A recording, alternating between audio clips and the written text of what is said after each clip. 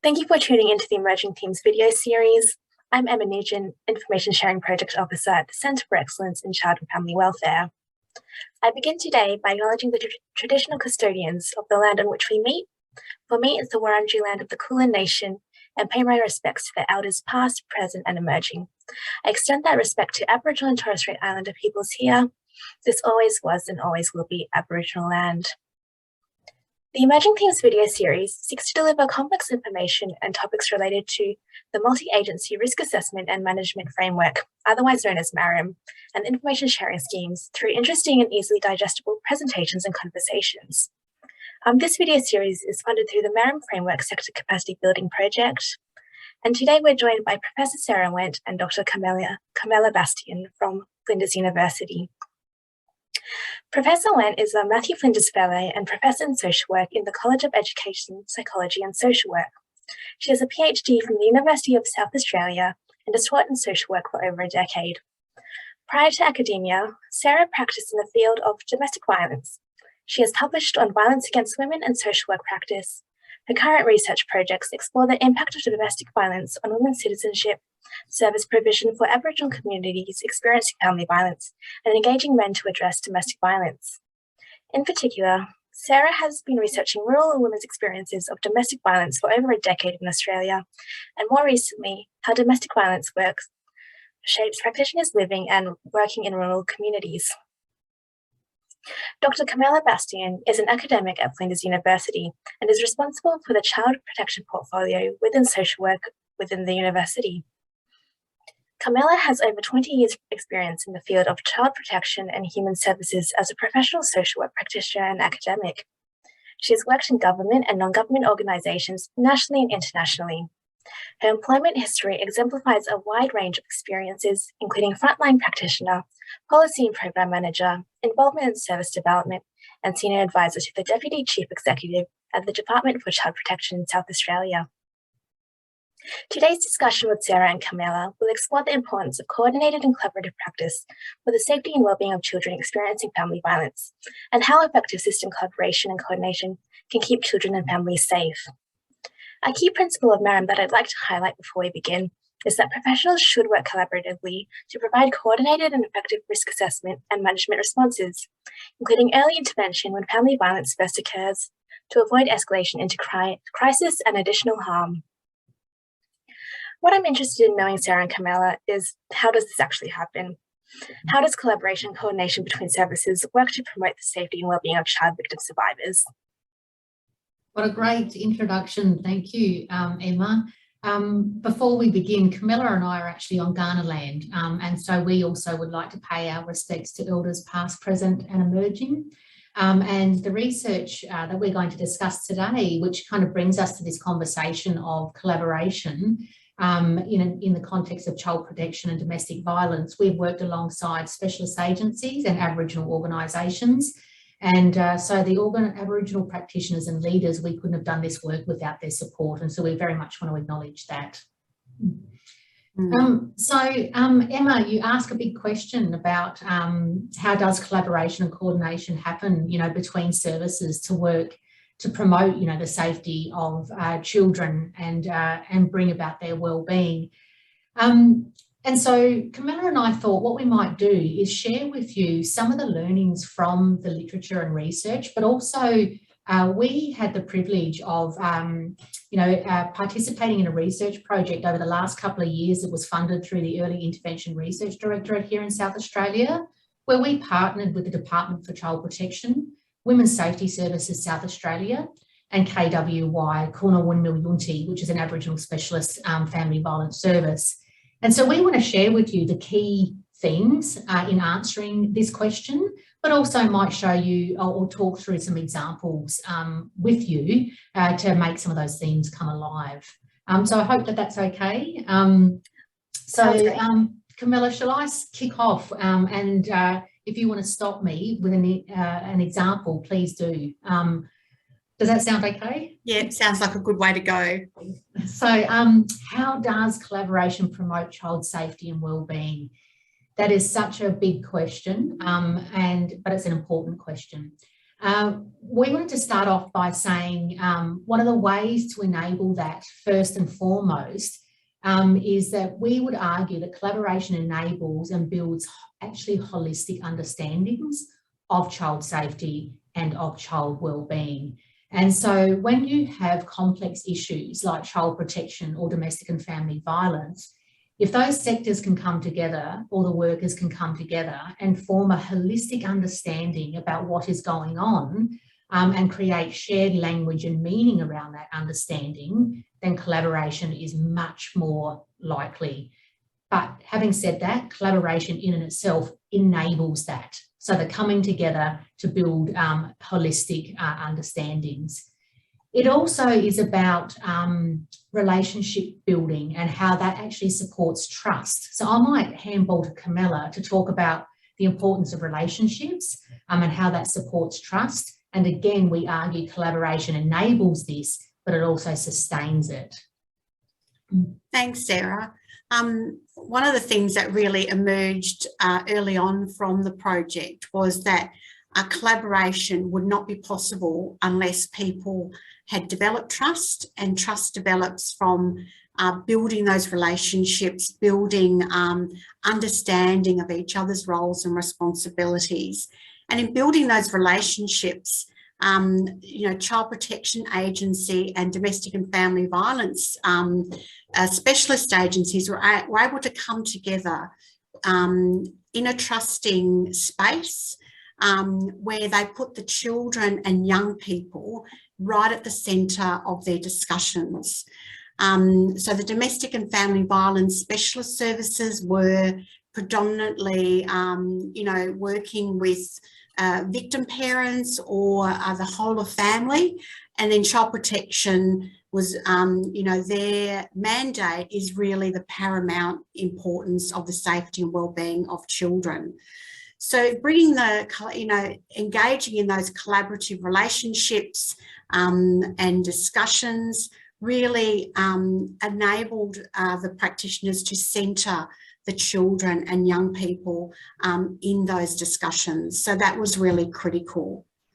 So Emma, what Carmela's demonstrated through that example is that once you have holistic understanding to relationship and trust, we found, and this is also supported in the literature, that then one can open up and share each other's expertise with respect. One can then feel comfortable in information sharing from that expertise. When you put that out on the table, it becomes much more, what could you say, safe to then share risk, at those intersections of child protection and domestic violence. You actually share the complexity that's sitting in front of you all as practitioners and for that family.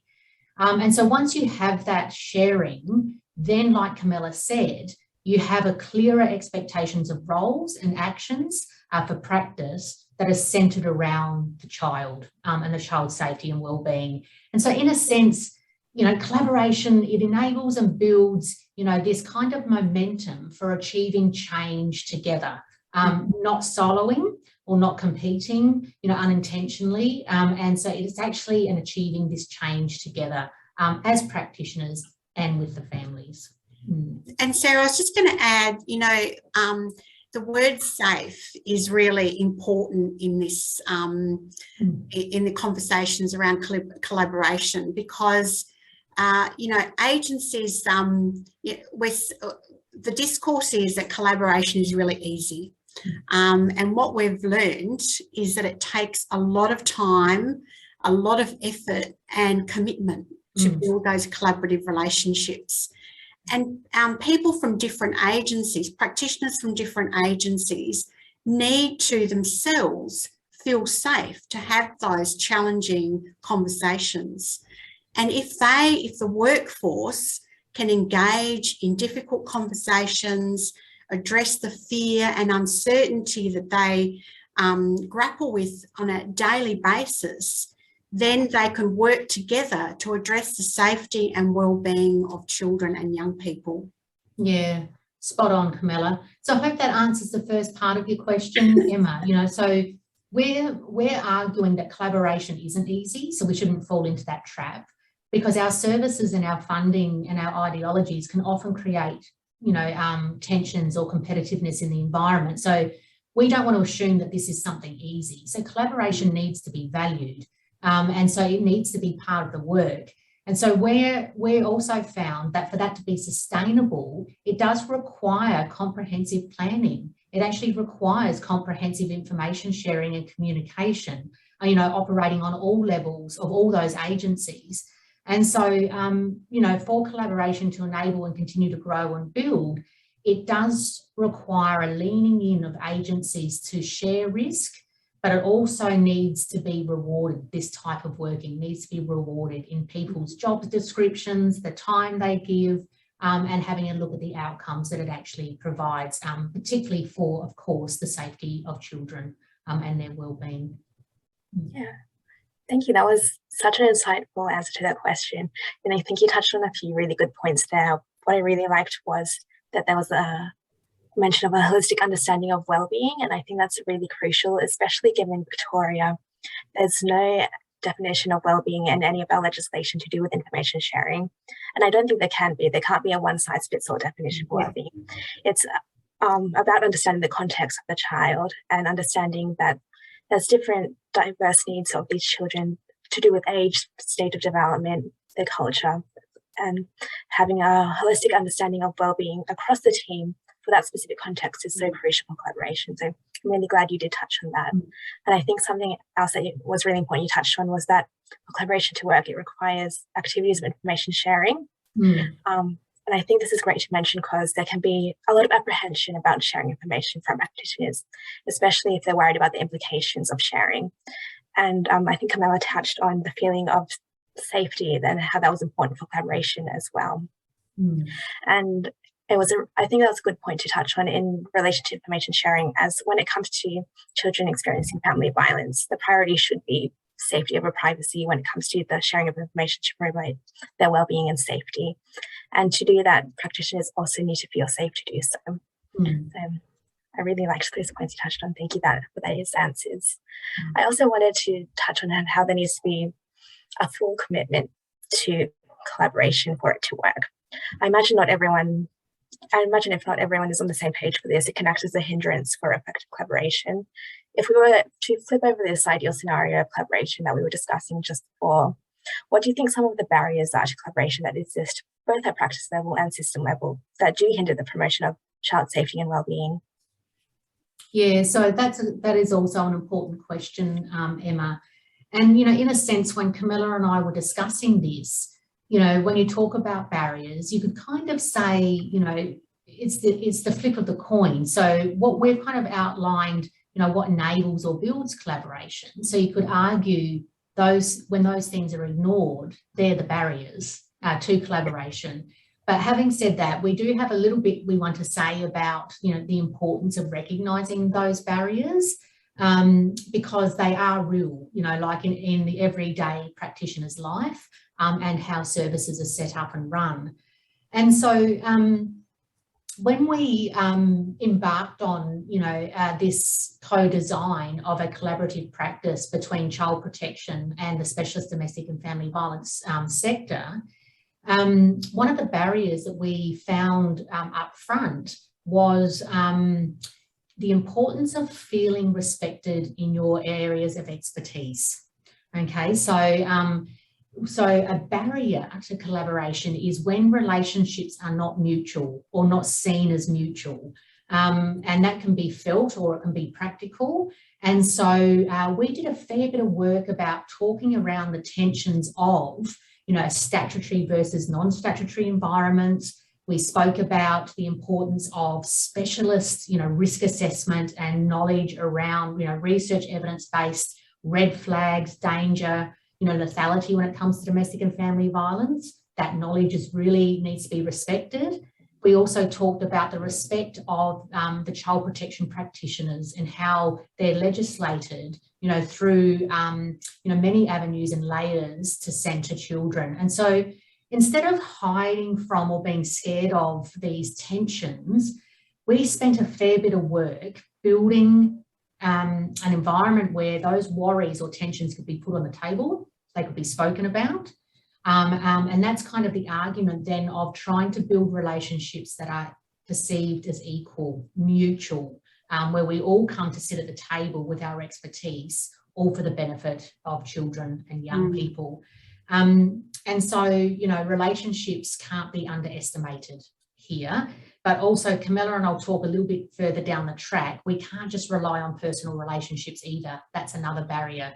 But Carmela, do you want to talk about, again, we found that information sharing without purpose or process can also be a barrier. So Carmela led a case file, review that actually, spoke to this actual finding. So I don't know if you want to share a little bit about that, Carmela. Yeah. Before I share that, I just wanted to say that that issue about the mutuality, the mutual understanding of relationships, it's not only just people coming together, but it's recognising each other's expertise. Yeah. So it's recognising that practitioners in child protection have that real specialist expertise about looking after children, protecting their well-being, responding to their needs, and also the experience of working in a statutory context and what the delegations that come with that through legislative framework. And then the domestic and family violence services, they are experts in understanding the risk, danger and lethality that is associated with domestic and family violence. And bringing those two together is really critical because you do build that holistic understanding. So I just wanted to add on that, and really that expertise and also cultural expertise in working with KWY, having Aboriginal practitioners around the table together from both organisations really added to that cultural understanding and responses for families. So that was a really critical issue as well. Yeah, and so before you go into then information sharing, I just want to say Carmela's also picked up a really important point, that took us a lot of time, Emma. Yeah. So I don't want people to, fall into the false hope that stuff happens overnight. It actually took us a long time. Yeah. And so we have to actually respect time. So time being compromised or rushed will erode trust pretty quick, in this space. So if collaboration is going to succeed, a barrier to it is rushing it. Yeah. Do you want to say a bit more about information sharing, Carmela? Yeah. We do find that as a bit of a barrier if it's not. Yeah, or it's misunderstood, I think. Information sharing is critical to collaboration. But what we found in the case file reviews is that sometimes information sharing is demonstrated by an agency trying to reach out for some support from another agency, and they will share information to seek that additional support, but it's not always reciprocated. So that support is not reciprocated. So I think there's a bit of a, when we talk about information sharing, it's not just about one agency telling another agency information about a family, but it's about making sure that that information sharing is mutually understood and reciprocated as well. And also information sharing needs to occur. I know people sometimes are worried about sharing information, but if you're sharing information to ensure that it focuses or achieves the safety and well-being of children and young people and also victim parents, that is not contravening a responsibility. In fact, that's an ethical responsibility and also part of legislative responsibility as well. That's critical because you can't share information, you can't make sure people are protected unless you share that information. Yeah. We also I want to just talk about two more points actually, Emma. So the other thing that we learned is to name power. Yeah. So I wanted to actually speak about this in terms of the learnings that we had through KWY and child protection. So we have a statutory and a non-statutory agency. We also have an Aboriginal-led agency with a mainstream, largely non-Aboriginal workforce. And so collaboration, we found was a little bit of a bumpy ride because at times power had to be spoken. And so some of those things like, the nuances of expertise, having the right people in the room, making sure you have Aboriginal representation or Aboriginal expertise in terms of cultural understandings and obligations. When that didn't happen, it actually had to be named. And so people had to work through how that was ignored or challenge people's thinking around that. Similarly, with Carmela's examples, if information was shared but it wasn't shared back, where reciprocity broke down, it was named and people had to work through the reasons for that. And so there was space where practitioners on the ground actually put out their worry on the table and named the power sitting and being exercised in everyday practice.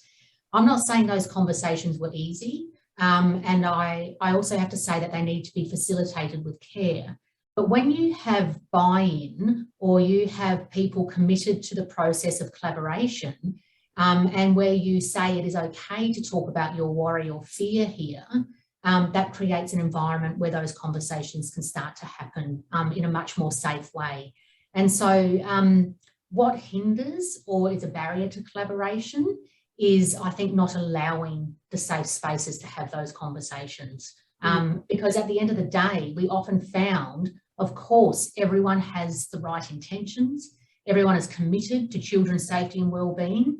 That's never an issue. It's just how you get there that people had different ideas about. And so it was about putting that on the table and having a good conversation about it. Is there anything you want to say more about that, Carmela, before I kind of move on to our last point? No, I think that really covers it. Yeah. I just wanted to pick up also, Emma, Carmela and I found through our research that relationship building is key to collaboration.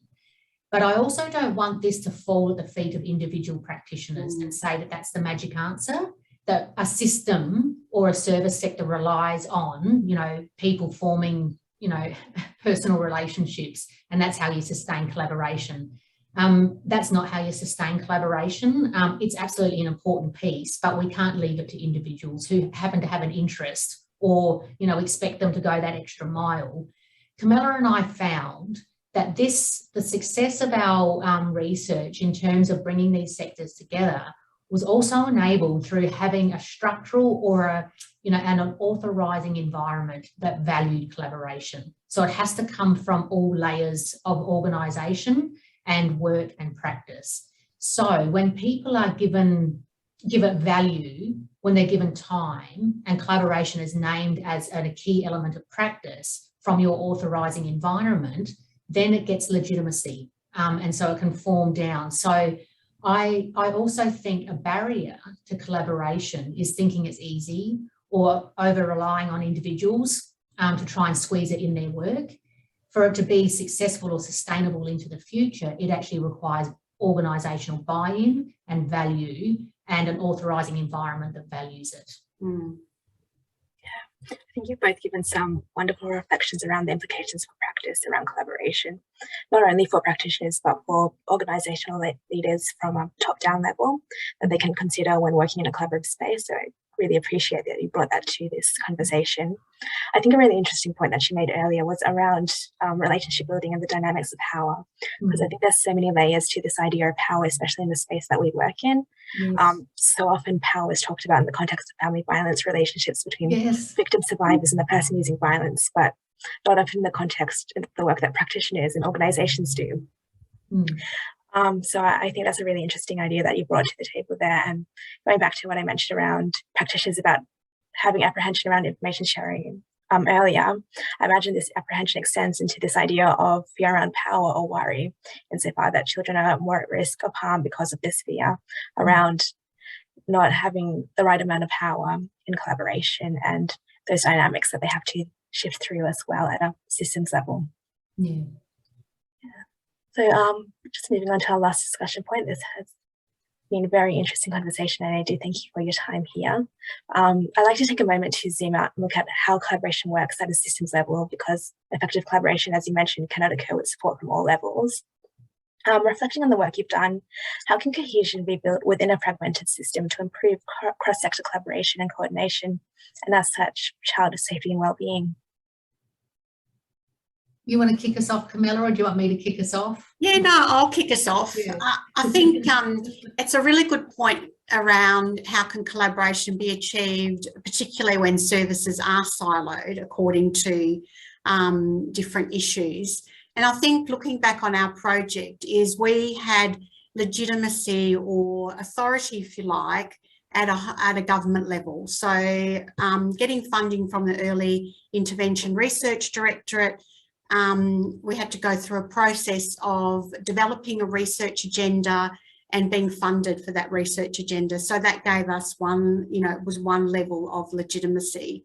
Then we spent a lot of time engaging with senior practitioners from each organisation and inviting them into that space. And they took up that invitation, and also they set up that authorising environment at the senior levels, which then are filtered through into management level and then practitioner level. So there was a lot of time spent in setting up those structural and that authorising environment. And I think one of the things that emerged quite quickly was that people were really keen to have ongoing conversations. So, we brought practitioners together from both organisations to co-design a prototype. We called it a prototype, which is a service model, which they used in the collaborative service response across the agencies. And then organically what happened was that working groups were formed across the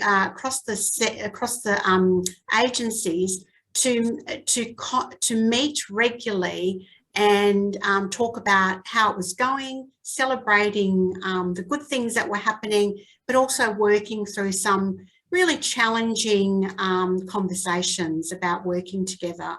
So there was a real a lot of effort and investment was put into building these relationships, but it wasn't relationships at that individual level that Sarah spoke about, but it was a real structural authorisation of this project and the research happening.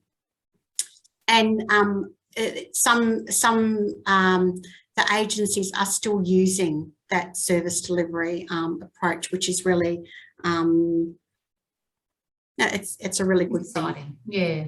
So Emma, I think Carmela's given you a lovely kind of answer or walkthrough, like in terms of, the structural support that one does need, for collaboration to drip through the layers of work.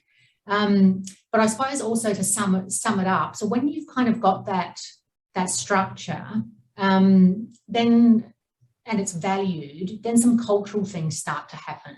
And so when we kind of look at how can you build cohesion, not only is it structural, it's cultural. And so we saw shifts different organisations coming together from different viewpoints, but they had the shared common goal of, child safety and wellbeing. Then what we saw was the creation of common language. And so, we noticed, and people have known this for a long time, that, how we language or talk about or construct domestic and family violence from the sector, it can be quite different from the child protection. So when you come together, we saw, meaning making start to happen, and we created a shared language around how one understands gender, power, intersectionality, culture, all those layers that sit in the complexity of domestic and family violence. So that culturally then starts to happen. It turns into a learning environment, which is beautiful to see, learning off of each other. So again, when that happens, I'm going to go back to the point of these structural and cultural overlays then start to build an environment where relationship building happens, by its nature. And then you'll see things start to happen where space is allowed to actually talk about the work together. You start to see equal voices. You start to see the different expertise come in. And then you start to see, you know, the champions rise. You know, people start to step into this space. You know, it becomes, you know, something they want to develop in. And so when you start to get that mix, I think that's how cohesion starts to be built. And collaboration then gets stronger and grows bigger. But it does, I'm going to go back to that point of it's not easy. You know, that picture that Carmela and I painted has taken a couple of years, and it requires people to lean in and invest in the idea of collaboration, but then also materially and structurally to invest in collaboration. And I just want to add, one of the things that we found in the collaborative space was during the research, we had one person that was the mediator, if you like, or the link between the organisations. So they would, you know, they collected information, they convened the collaborative meetings, they, you know, they really joined up, if you like. It was a physical, deliberate joining up of the two agencies. And even though that happened for a short time, it really facilitated or promoted that collaboration. And it's a really small investment to make. It's not, you know, it's not hugely expensive, but it's a real important step because you've got someone that's taking that responsibility to bring practitioners together. And again, that is part of that authorising environment as well. It is, Carmela, you're formalising it. So yes. You're formalising the importance of collaboration. Yeah. Give it a resource, a practitioner with that expertise that then supports the work of collaboration. We had the luxury of having, you know, two of those people in those positions for the life of the project. Those positions finished with the research project. And like Carmela said, some of that work has naturally continued. Some of it has slowed. And so what we learn is, you know, when you have, you know, the value, the resources and the structures of it, you know, even with one position to value that, you know, liaison between the agencies, it becomes so much more possible because it becomes part of the machine of the work that's highly valued. I think you've made some really interesting points here, and that a continuous thread throughout this conversation has been that the onus isn't on the practitioner, it's at a systems level, that it's not only structural change that needs to happen, it's cultural change, and it's about having that authorising environment and creating legitimacy from a systems level and bringing that top down. It's not about having these practitioners build one-on-one relationships. That's not how a system creates change and how children become safe. It's really a shared understanding of how collaboration works that needs to occur across the systems. And yeah, it's a really interesting point that you brought to today's discussion. So I just wanted to thank you for such an insightful and informative discussion. You've certainly highlighted the importance of effective system collaboration and coordination and how this can work to help keep children and families safe, as well as providing such valuable insights to how practitioners can take the research you've both done and start reflecting on it and implementing this into their practice to ensure children and young people are being supported effectively, but also how organisational leaders can also take this into their practice and work on creating that structural and cultural change from the top down. Thank you so much for your thoughts today. To find more information and resources about Merriman information sharing schemes, you can see the Centre's Merriman Information Sharing Resource Hub. On the hub, we do have a past webinar series on coordinated and collaborative responses to family violence that explores collaborative practice through the lens of family services, perpetrator services, and specialist family violence services. So please do have a look if you're interested. Thank you again to Sarah and Carmela for joining us, and thank you to all of us for tuning in. Thanks, Emma, for inviting us. Thank you.